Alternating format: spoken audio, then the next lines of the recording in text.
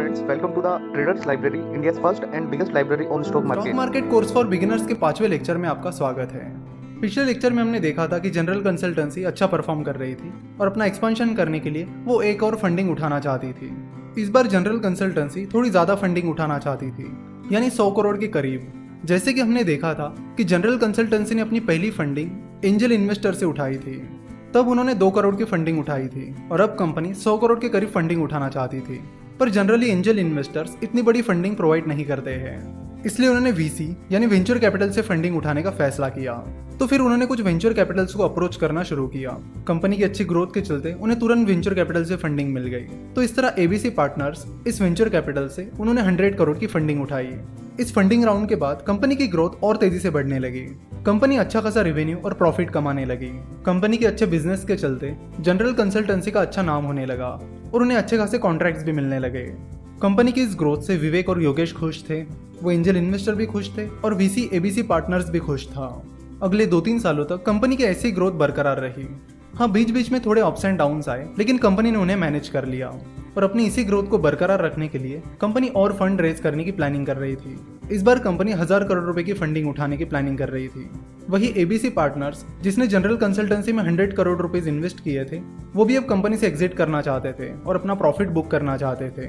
यानी कंपनी की इस अच्छी ग्रोथ के बाद वो अपना स्टेक बेच देना चाहते थे और प्रॉफिट बुक करना चाहते थे। जब किसी कंपनी को अच्छा खासा पैसा रेज करना होता है, साथ ही कंपनी के कुछ इन्वेस्टर्स को कंपनी से एग्जिट करनी होती है, तो आईपीओ सबसे बेस्ट ऑप्शन होता है। आईपीओ का मतलब है इनिशियल पब्लिक ऑफरिंग। यानी जनरल कंसल्टेंसी ने अब स्टॉक मार्केट के जरिए पैसा उठाने की प्लानिंग कर ली थी। तो आईपीओ को डिटेल में समझने से पहले हम समझते हैं कि एंजल इन्वेस्टिंग, वेंचर कैपिटल और स्टॉक मार्केट के बीच क्या डिफरेंसेस होते हैं। जब कोई कंपनी स्टॉक मार्केट के जरिए पैसा उठा लेती है, उसके बाद कोई भी उन कंपनीज के शेयर्स बड़े आसानी से खरीद सकते हैं और बेच भी सकते हैं। वही अगर आप एंजल इन्वेस्टर हो और किसी स्टार्टअप में इन्वेस्ट करने की प्लानिंग कर रहे हो, तो किसी स्टार्टअप के शेयर्स खरीदना या उन शेयर्स को बेचना आसान नहीं होता है। एंजल इन्वेस्टिंग में या तो कंपनी को एंजल इन्वेस्टर्स को अप्रोच करना होता है या फिर एंजल इन्वेस्टर को कंपनी को अप्रोच करना होता है। और मान लो किसी एंजल इन्वेस्टर ने किसी स्टार्टअप में इन्वेस्टमेंट कर ली है, तो उन शेयर्स को बेचना आसान नहीं होता है। आपको किसी और इन्वेस्टर्स को ढूंढना होता है। अगर कोई इन्वेस्टर उस कंपनी में इन्वेस्ट करने के लिए इंटरेस्टेड है, तो आप उसे अपने शेयर्स बेच सकते हो, या फिर आपको उस स्टार्टअप के आईपीओ तक का इंतजार भी करना पड़ सकता है।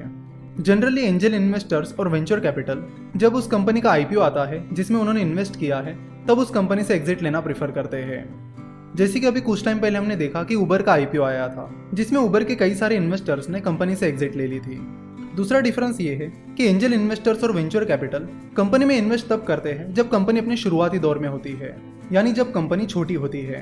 तो जब कंपनी छोटी होती है, तब कंपनी के पास ग्रोथ अपॉर्चुनिटीज काफी ज्यादा होती है, ग्रोथ की स्पीड भी ज्यादा होती है, but at the same time company fail होने के चांसेस भी बहुत ज्यादा होते हैं। तो अगर किसी एंजल इन्वेस्टर या वेंचर कैपिटल की इन्वेस्टमेंट सक्सेसफुल हो जाती है, तो वो उन्हें बहुत अच्छे रिटर्न देती है। वही जब कंपनी स्टॉक मार्केट में आ जाती है, तब तक कंपनी एक बड़े लेवल पर पहुंच चुकी होती है, जहां से बहुत ही कम कंपनीज एक्सपोनेंशियल ग्रोथ दिखाती है। यानी वहां से कंपनी जनरली उतनी तेजी से नहीं बढ़ पाती जितनी शुरुआती दौर में बढ़ पाती है।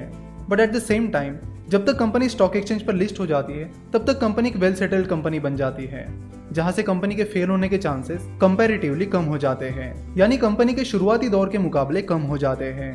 तो चाहे एंजल इन्वेस्टिंग हो, वेंचर कैपिटल फंडिंग हो या स्टॉक मार्केट हो, ये सारी इक्विटी फंडिंग के तरीके हैं। सो अगर आप एज एन एंजल इन्वेस्टर किसी स्टार्टअप में इन्वेस्ट करते हो या फिर स्टॉक मार्केट के जरिए किसी कंपनी के शेयर्स खरीदते हो, तो उसका मतलब है कि आप उस कंपनी को अपने पैसे देते हो और उसके बदले में कंपनी आपको कंपनी में भागीदारी देती है, यानी ओनरशिप देती है। तो यहाँ से आगे हम आईपीओ प्रोसेस को पूरी तरह से समझेंगे, साथ ही स्टॉक मार्केट को समझना यहाँ से हम शुरू कर देंगे। इसी स्टोरी को कंटिन्यू करके अगले लेक्चर में हम स्टॉक मार्केट के बारे में डिटेल में समझेंगे। देखिए, चाहे एंजल इन्वेस्टिंग हो, वेंचर कैपिटल हो या स्टॉक मार्केट हो, ये कोई उतनी भी कॉम्प्लेक्स चीज नहीं है जितनी आप समझते हो। तो स्टॉक मार्केट इन्वेस्टिंग को यहाँ से हम बड़ी ही आसान भाषा में समझेंगे। जैसे कि हमने देखा कि विवेक और योगेश की कंपनी जनरल कंसल्टेंसी ने आईपीओ के बारे में सोच लिया है, तो हम नेक्स्ट लेक्चर में देखेंगे कि आईपीओ होता क्या है, जनरल कंसल्टेंसी आईपीओ के लिए कैसे अप्लाई करेगी और कैसे वो स्टॉक मार्केट से पैसे उठाएगी। तो ये सारी प्रोसीजर हम नेक्स्ट लेक्चर में समझने वाले हैं। अगर तो कि आपको वीडियो पसंद आई होगी, हमसे जुड़े रहने के लिए आप हमें फेसबुक, ट्विटर और इंस्टाग्राम पर फॉलो कर सकते हो। वीडियो देखने के लिए और हमारे साथ जुड़े रहने के लिए आपका बहुत बहुत धन्यवाद।